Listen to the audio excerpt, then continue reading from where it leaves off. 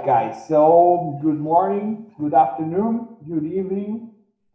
This is the Teacher's Lounge again.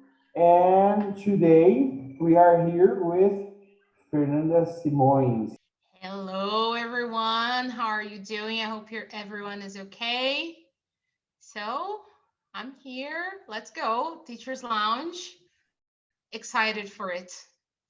And we actually had this period of working together, and we had our Teacher's Lounge. So, it's a nice comeback.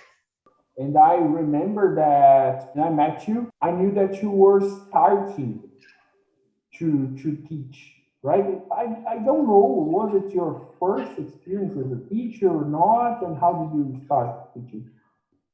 Actually, it was my second, but I don't know if I can count the first because it was like private classes, but I didn't know how to do them. So when we worked together, I consider it my first gig as a teacher because it was where I learned how to be a real teacher. So, and when I started there, I already had like 10 groups of students. So it's like, okay, either I go or I go. I didn't have actually like an option. So I went for it and I really discovered like a whole new life and a life that I really wanted for me because before that I had studied communication, but I don't know if I could fit actually in communication, even though I love till this day. But even at college, I always thought about teaching, but I wanted to teach history, cinema's history. So being a teacher was like always an option. And being an English teacher like combined everything that I like because being a teacher, I can be creative, I can invent new things with my students, and I know they're going to like it. And to be close to people, work with people is difficult, but I like. So it's always good. And this semester, I started working more with kids, like little kids, like 5 or 6 years old. They don't even know how to write yet. And again, I had a new discovery. So I think in this life, we're discovering new things like almost daily. So it is a big challenge. I remember that I started teaching when I was 18, and I had just finished the course I was studying, and the principal of the school, it was a little school, no? It was in my neighborhood. It doesn't exist anymore, and by that time it was like three, four, five students per group Hmm. tops. And when I finished, I had this one student. It was one little boy. He was starting, and I started to teach him. It was my first experience. I liked it a lot. It was very nice, but I was really young. Some time Hmm. after, I had a new experience. Like 1 year after that, I had a new experience with a English school. Was a big group, and I needed to follow material. So it was really different, but very interesting. And I think that it was when I really thought that I liked it, the classroom environment. And I said, oh, Yeah. I want to do that, you know. Then I start to Yeah. study other things like philosophy. I started to teach that, but I never stopped teaching English on Saturdays. I Mhm. worked from Monday to Fridays teaching philosophy, but always teaching English on Saturdays. And Yeah. today, I think I have like more than 10 years of experience. I Mhm. got so many groups, but it doesn't get boring for me. It's always a new Yeah. experience, it's always new student. Even though it's the same book, the experience of teaching that same stuff for a different person makes a different Mhm. experience. You started teaching adults, but you Yeah. had this experience with the teenager and the kids as well. So, what's the difference you see from these groups, from these kind of ages, and which one do you prefer or don't prefer? How do you feel about Well, I didn't like kids at start. Not that I didn't like kids, I didn't like teaching kids. Let me be clear. um, because, oh, let's be honest. Kids are chaotic. Sometimes they are very happy to be there, and the other day they'll be crying and asking for their mothers. So even though you are a good teacher, you make everything to your students, like some days some bad thing is going to happen and the kid is going to cry. So, and always had I don't know, a preoccupation with the parents' thoughts on, oh, what about if this kid starts crying in my classroom? What do I do? Can I touch this kid? Can I, it's a strange, and it's a little person, still information, and you get to help this formation. So at the beginning, I didn't like teaching kids, but I've always loved teaching teenagers.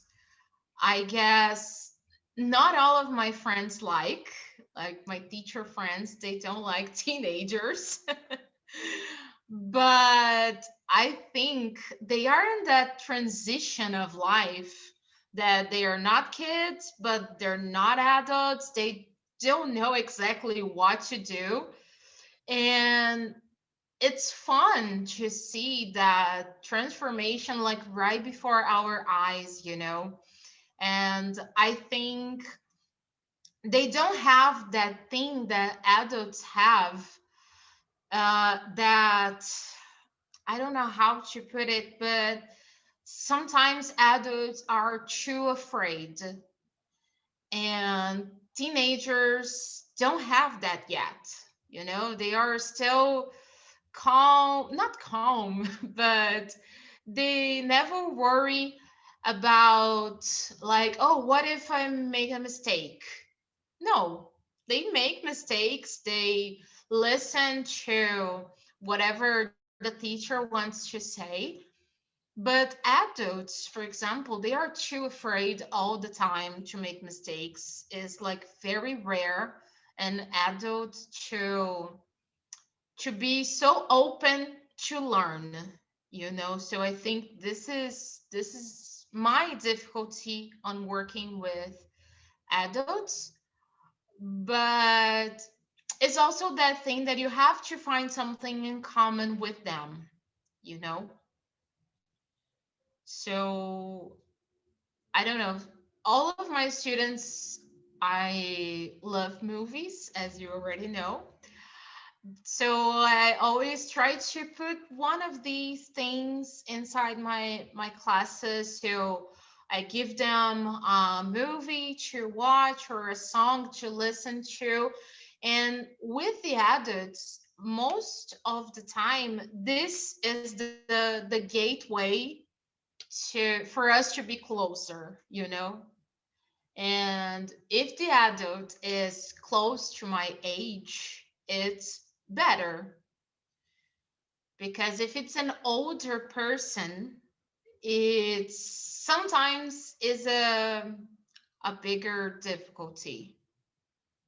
Teenagers who are from 15 to 18, 19, for me, it's easier to talk because I can understand their world, the better, the things they watch, the things they listen, the slang they use. But when I'm talking to those from 10 to 14, it's a little more difficult because they have so much energy. But when I Mm-hmm. have to adapt my class to someone older, like 40, like 50, it's a different approach. Professional environment, they need to use there for their jobs, and you try to adapt your content to this kind of objective they have. No, Mm-hmm. Yes. Oh, I completely agree with you.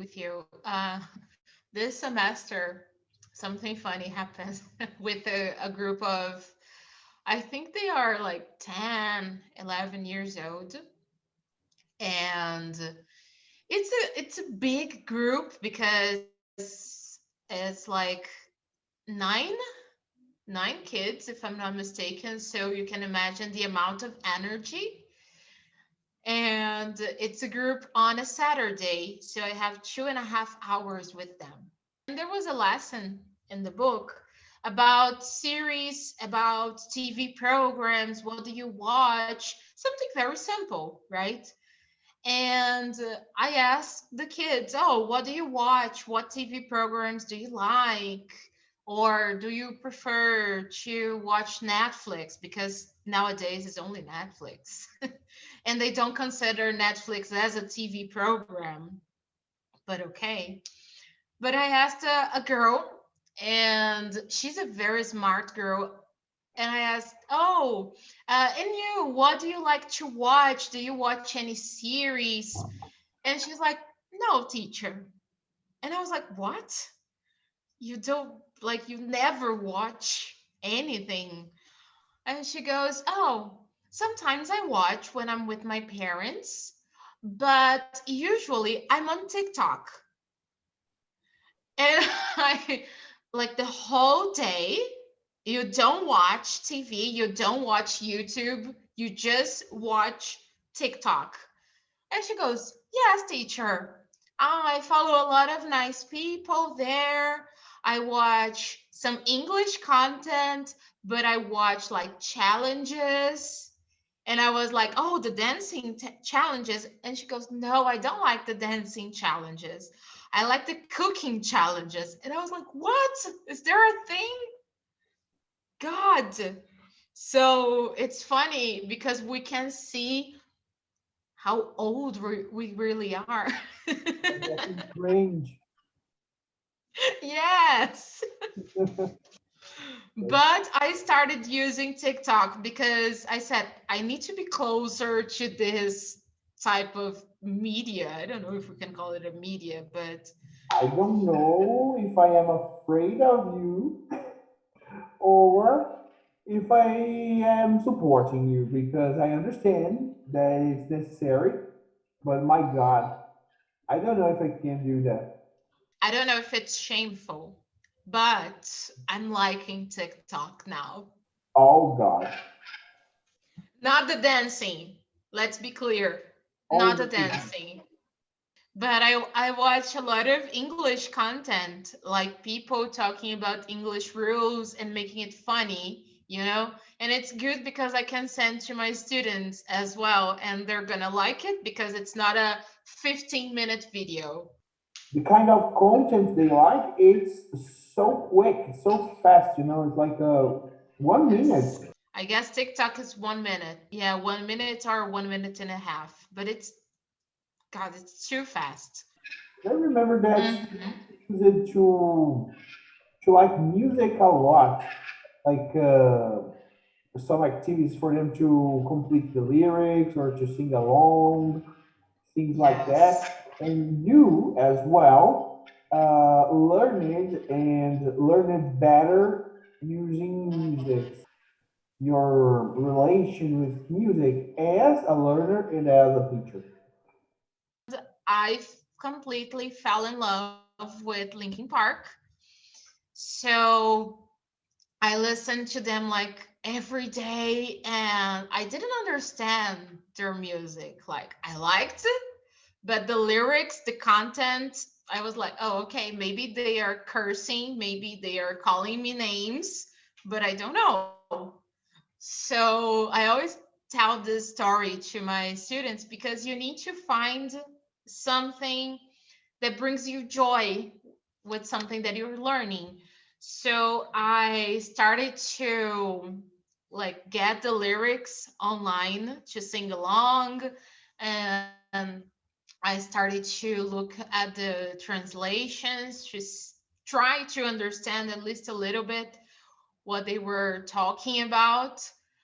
And right after that, I started an English course. So this helped me with the grammar and things. But actually, music and movies and series, it helped me with my vocabulary. So, because vocabulary is something very individual, right? It's something that is yours. So maybe you know some words that I don't know. Maybe no, I'm sure of it. That you know some words that I don't know, and vice versa, because we have different lives, different routines, different likes and dislikes. So it was like a door opening for me. So I learned a lot using the things I liked because it didn't seem that I was like in the classroom sitting in a desk and writing on a book. I was learning because I liked that. So it's different, right? Totally makes total sense. Um, the range of vocabulary that we acquire when we are studying with the books in a course, it has a limit, really clear limits, you know. And Mm-hmm. when we have these tools that the course books, the teachers give us, then we are ready to look for our own vocabulary according to our lifestyle, to our likes and dislikes, as you said. So if a student comes to me and say, "Oh, I like pop music," I'm gonna go, oh, okay. Let me think about what I like in pop music if our tastes match. So if it's a match, I can use what I like. But if it's not, I need to search something that this person is going to be able to relate. If I wanted to keep the classes creative and interactive, I always use Friday I'm in Love by The Cure when we're talking about days. If there is an easier song talking about days, for example, I would be happy to use this other song, because it's also about I can't put a song there just because I like it, right? It needs to make sense with my class, with the content that I'm trying to teach. I want to get into a subject that was a challenge for me and for you as well when we met for the first time, because I was trying to move a project on with my students. It was a project with cinema, but a workshop of production. Yeah. And we were producing a script. Mm-hmm. We were going to shoot the movie with the students.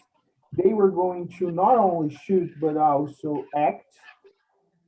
And after Yes. that, I needed to edit that material and to produce the the material for promoting the movie Mm-hmm. before exhibiting it to the school, and not only to the Yes. school but also to the parents, etc. So it was a really complex and big project, and I had a team, but the teachers that were with me in this project, they left the school, like out of the blue.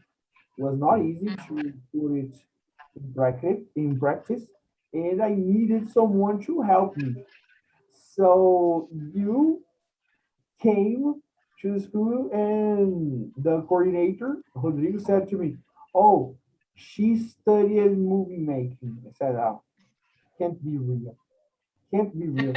Just what I needed, and a person who was also very nice, and we are friends until today. So Yeah. many things happened. And what was this project like for you? Uh, I need to say that in my job interview, Rodrigo was asking me questions, and I told him that I had studied communication, and I already saw that he got excited, you know. But I didn't know why. And he wanted to follow up. I remember he made a lot of questions about that. And I didn't understand at the time. And after, like, in my first week, he told me, "Oh, we have a project here at the school with one of our teachers, and we want to make a movie, like, from start to finish, and the students are going to be making everything. They're going to write the script, they're going to act." And I was like, "Oh, okay, this is very nice." But at the same time, I was, "Oh, okay, but I just entered here." And I already got into a new project, you know. But it was a lot of fun because I got to experience a lot of things that I already had in college, and experiences that I missed, you know, studying about screenwriting. I loved, and I got to pass this through to the students. And we studied cinematography a little bit and talked about the colors in the movie. So it was a lot of fun, a lot of work also, because we had to prepare extra classes. Like, we had our classes. I had a lot of groups. You had many more. And we still had to have time to create time to give these classes and to make a nice class for them as well. And I think we succeeded because all of the students liked a lot, and they all got really involved. They, I guess, like, there was one boy that missed one of the classes, but because he had an appointment. But the other days, like, everybody was there all the days that we needed. I remember that we had to, I don't remember if it was a reshoot a scene or if we needed an extra day to film it, and everybody was, "Oh, okay, we're gonna do it, no problem," you know. So it was very nice to see the students so involved, and that they were having fun as much as we were as well. And they were really involved. And there is a student that she is studying drama now. Really? She was so shy. Doing this was really helpful for her to lose herself a little.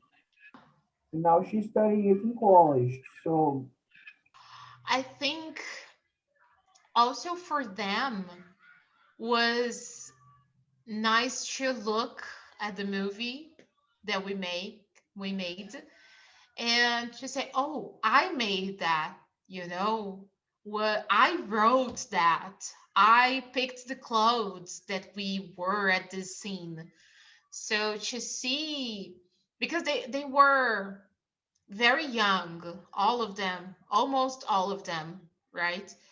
And it's different when you have that feeling that I made that feeling. And it's a good feeling, especially when you are growing up, that you are a little lost, because we all know teenagers. Well, we've been there, right? So to be part of something bigger, it's always very good for them. And I like that this experience brought everybody together. All of the kids were the kids, all of the people were very close. They started talking to each other. And like you said, even the shy people started open up. And we could mix like basic students with advanced students. And we didn't have that thing like, oh, I know more than you because I am an advanced student. No, they were helping each other. I remember very clearly one day that we were rehearsing a scene, and a basic student was talking. And the advanced students were like, oh, you don't say this word like this, you say it like this. So it was so nice to see them working together and being such nice people, you know? Okay, it's your free time to say whatever you want. Always nice talking to you. And I hope we can do that in person soon. Thanks for the invitation. And whenever you want, let's do another episode. Loved this experience. I'm feeling fancy. And that's it. So I thank you very much. And I thank you guys for listening. Good, good afternoon, good morning, good night for all of you. Now it's good night because we are saying goodbye. So, Yeah. you fit, and we are going to be together face to face sooner than later.